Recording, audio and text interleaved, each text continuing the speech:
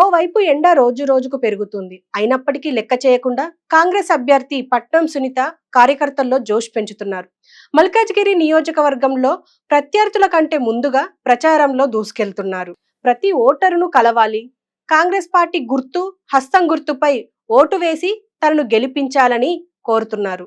ముఖ్యంగా మహిళ కావడంతో ఎక్కడకు వెళ్ళినా జనాలు బ్రహ్మరథం పడుతున్నారు. తమ ఇంటి ఆడపడుచు ఎన్నికల్లో పోటీ చేస్తున్నట్టుగా భావిస్తున్నారు. కూకట్పల్లిలోని 114 డివిజన్లో సునీత ప్రచారం చేశారు. ఒక్క అవకాశం ఇవ్వండి, పాలకురాలుగా కాదు, మీకు సేవకురాలుగా ఉంటాను అంటూ ఆమె ప్రతి ఒక్కరిని ఆకట్టుకున్నారు. ప్రతి నియోజకవర్గంలోని పార్టీ నాయకులతో కలిసి విస్తృతంగా ప్రచారం చేస్తున్నారు.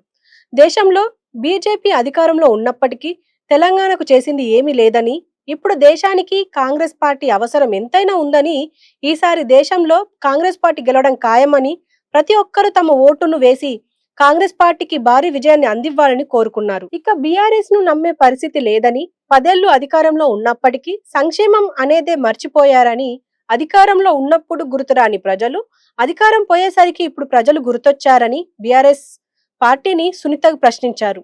ప్రజలకు అంతా తెలుసు అని, ఎవరిని నమ్మాలో ఎవరికి ఓటు వేయాలో బాగా తెలుసు అన్నారు. తెలంగాణ రాష్ట్రాన్ని ఇచ్చిన కాంగ్రెస్ పార్టీకి ఈ రాష్ట్రం నుంచి ఎక్కువ ఎంపీ సీట్లు ఇవ్వాలని, ఈ విధంగా సోనియమ్మకు కృతజ్ఞతలు తెలియజేయాలన్నారు. పట్నం సునీత ఏం మాట్లాడినా సోషల్ మీడియాలో వైరల్ అవుతుంది. దీన్ని బట్టి ఆమె ఎంతగా పాపులర్ అయ్యిందో అర్థం చేసుకోవచ్చు.